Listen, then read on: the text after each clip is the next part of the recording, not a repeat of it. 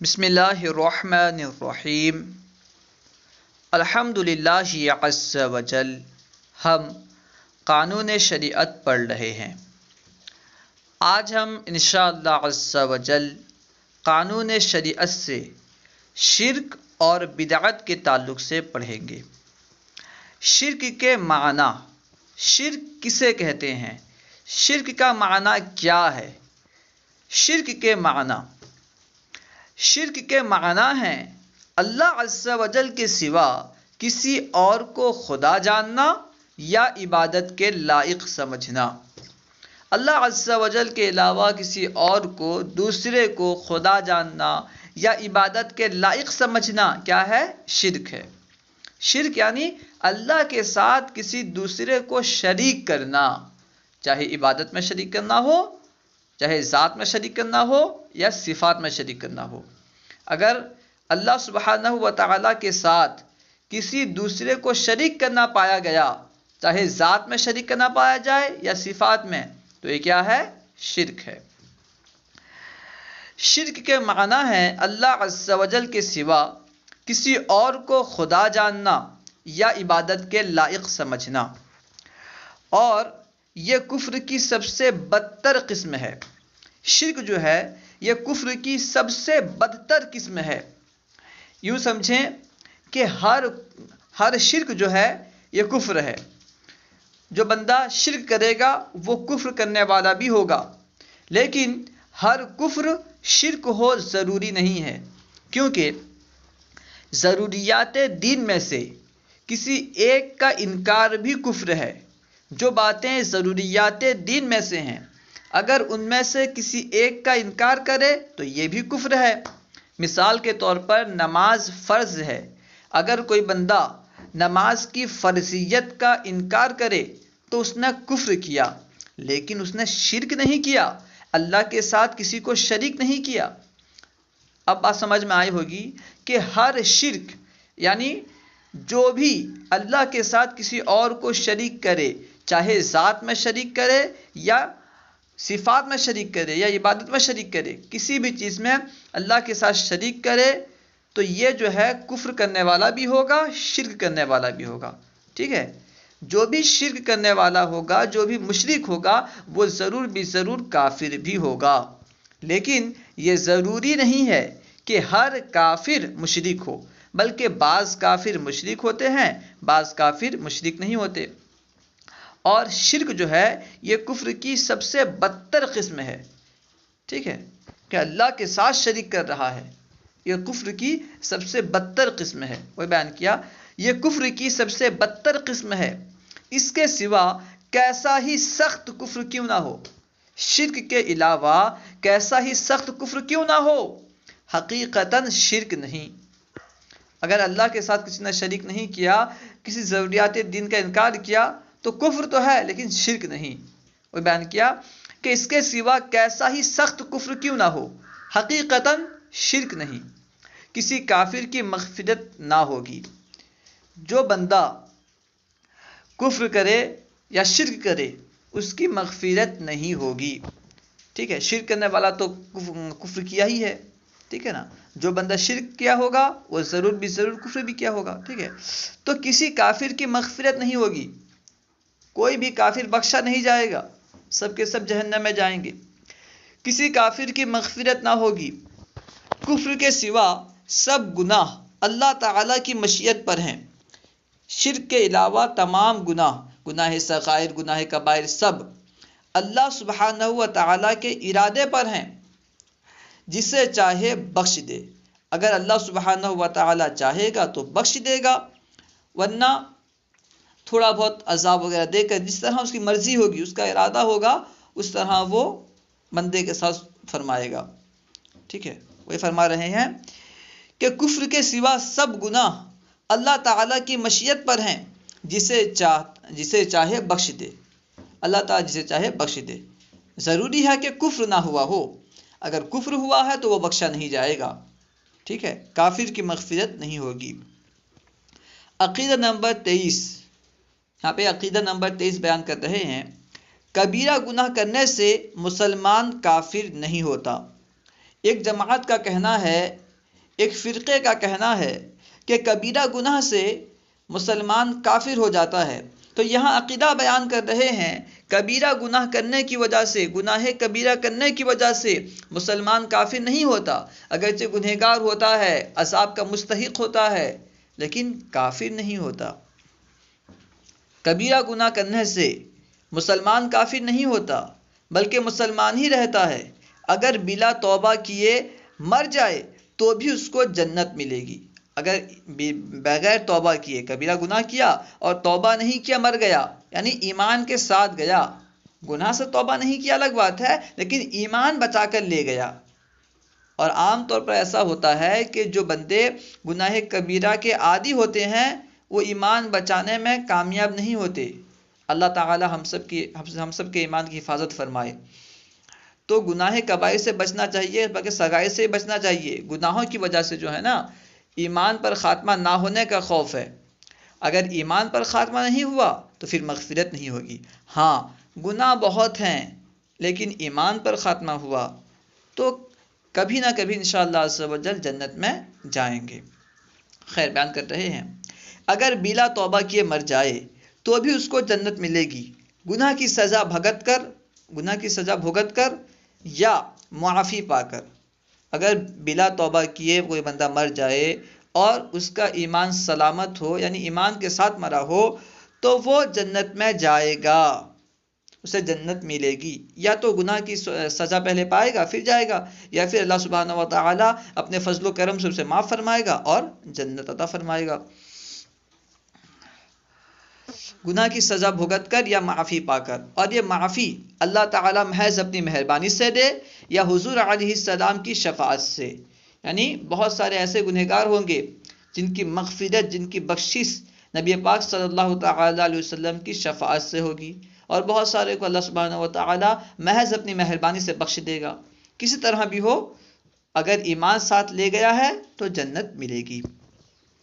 مسئلہ نمبر 1، کافر کے لیے دعائے مغفرت کا حکم۔ کافر کے لیے مغفرت کی دعا کرنا کیسا، بخشش کی دعا کرنا کیسا؟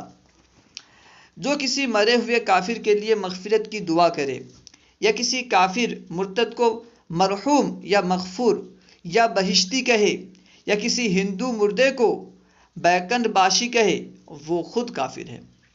جو بندہ کسی مرے ہوئے کافر کو اس کے لیے دعا کرے مغفرت کی کہ اللہ اسے اس کی مغفرت فرمائے، یا یہ کہے کہ یہ مرحوم فلاں، حالانکہ وہ کافر ہے، کہہ رہا ہے مرحوم فلاں، ٹھیک ہے، یا مغفور فلاں یا بہشتی وغیرہ کہے، یا پھر کوئی ہندو مرا تو اسے بیکن باشی کہے، بیکن باشی یعنی جنتی، ان کی زبان میں جنتی ہے، ٹھیک ہے، جنتی کہے تو وہ خود کافر ہے، کہنے والا خود کافر ہے۔ اسے بیان کیا جو کسی مرے ہوئے کافر کے لیے مغفرت کی دعا کرے یا کسی کافر مرتد کو مرحوم یا مغفور یا بہشتی کہے یا کسی ہندو مردے کو بیکنٹھ باشی کہے وہ خود کافر ہے۔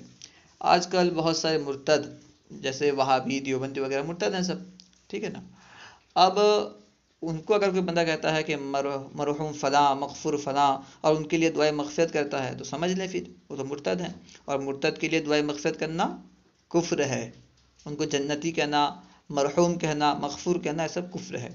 اس لیے اس سب سے بچنا چاہیے اور جہاں تک ہو سکے لوگوں کو بچانا چاہیے۔ عقیدہ نمبر 24، مسلمان کو مسلمان جاننا اور کافر کو کافر جاننا ضروری ہے۔ بہت سارے ایسے لوگ ہیں جو کہتے ہیں کہ کافر کو کافر نہیں کہنا چاہیے، نہ جانے کب وہ مسلمان ہو جائے، تو پھر مسلمان کو مسلمان نہیں کہنا چاہیے، نہ جانے کب کافر ہو جائے۔ عجیب منطق ہے ان کی کہ کافر کو کافر نہیں کہنا چاہیے۔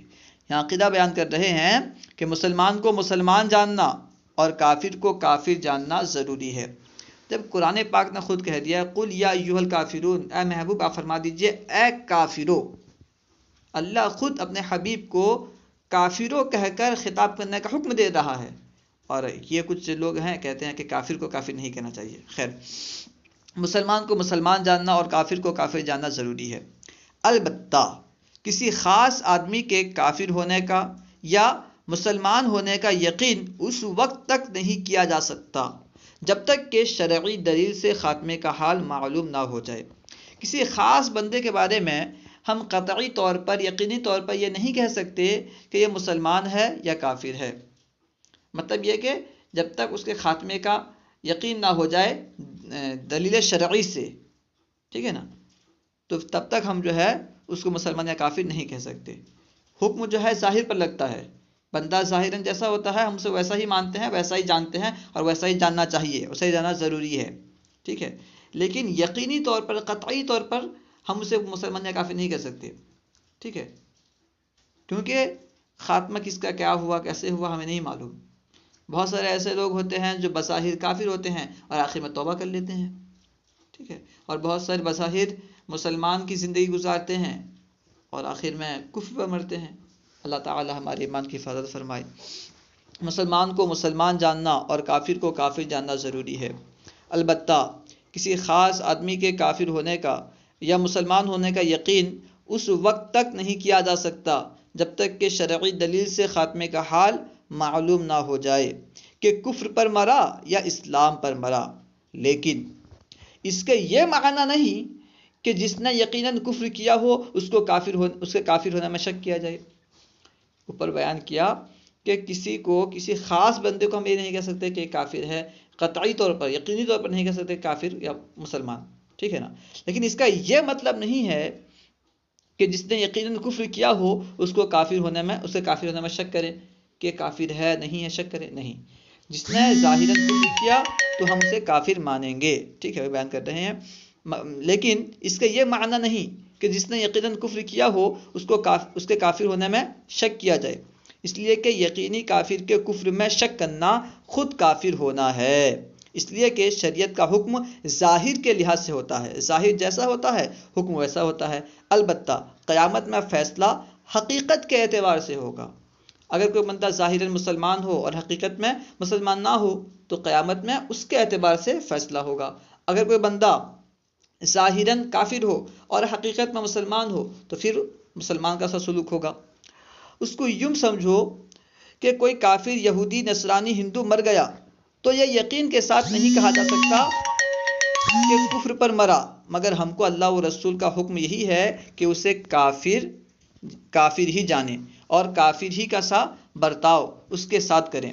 جس طرح جو ظاہراً مسلمان ہے اس کا کوئی قول و فعل اسلام کے خلاف نہیں ہے تو فرض ہے کہ ہم اسے مسلمان ہی سمجھیں، اگرچہ ہمیں اس کے خاتمے کا بھی حال معلوم نہیں۔ اگر کوئی بندہ ظاہراً مسلمان ہے تو ہم اسے مسلمان ہی سمجھیں گے۔ عقیدہ نمبر 25، کفر و اسلام کے سوا کوئی تیسرا درجہ نہیں ہے۔ ایک جماعت کا کہنا ہے کہ کفر و اسلام کے درمیان ایک اور درجہ ہے، یعنی نہ بندہ مسلمان ہوتا ہے نہ ہی کافر ہوتا ہے، لیکن ہمارا عقیدہ یہ ہے کہ کفر و اسلام کے درمیان کوئی تیسرا درجہ نہیں، کفر و اسلام کے سوا کوئی تیسرا درجہ نہیں، آدمی یا مسلمان ہوگا یا کافر، ایسا نہیں کہ نہ کافر ہو نہ مسلمان ہو، ایسا نہیں ہو سکتا کہ کوئی بندہ نہ ہی مسلمان ہو نہ ہی کافر ہو، یا تو مسلمان ہوگا یا تو کافر ہوگا۔ کافر میں پھر بہت ساری قسمیں ہیں، کس جماعت سے ہے وہ الگ بات ہے، ٹھیک ہے نا، وہ سب کافر ہیں، مسلمان نہیں تو کافر ہیں، نہ مسلمان، ہاں ایسا نہیں کہ نہ کافر ہو نہ مسلمان، بلکہ ایک ضرور ہوگا، یا تو کافر ہوگا یا مسلمان ہوگا۔ عقیدہ نمبر 26، مسلمان ہمیشہ جنت میں رہیں گے، مسلمان ہمیشہ جنت میں رہیں گے جس کا ایمان پر خاتمہ ہوا، کبھی نکالے نہ جائیں گے، اور کافر ہمیشہ دوزخ میں رہیں گے، کبھی نہ نکالے جائیں گے۔ اب یہاں سے بیان کر رہے ہیں مسئلہ نمبر 2، اللہ عز و جل کے سوا کسی اور کو سجدہ کرنے کا حکم۔ اللہ عز و جل کے سوا کسی اور کو سجدہ تعبدی کفر ہے، یعنی عبادت والا سجدہ جو ہم نماز میں کرتے ہیں، کسی کو عبادت کے لائق سمجھ کر سجدہ کرنا، یہ کیا ہے؟ کفر ہے۔ اور سجدہ تعظیمی حرام ہے، تعظیم کے لیے، اکرام کے لیے سجدہ کرنا حرام ہے۔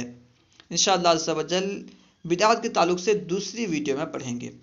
شروع میں کہا گیا تھا کہ ہم اس میں پڑھیں گے، لیکن کیونکہ ٹائم زیادہ ہو رہا ہے، ویڈیو چھوٹی چھوٹی بنے گی تو آپ کے لیے آسانی ہوگی، تو انشاءاللہ عز و جل ہم دوسری ویڈیو میں بدعت کے تعلق سے پڑھیں گے۔ السلام علیکم ورحمۃ اللہ وبرکاتہ۔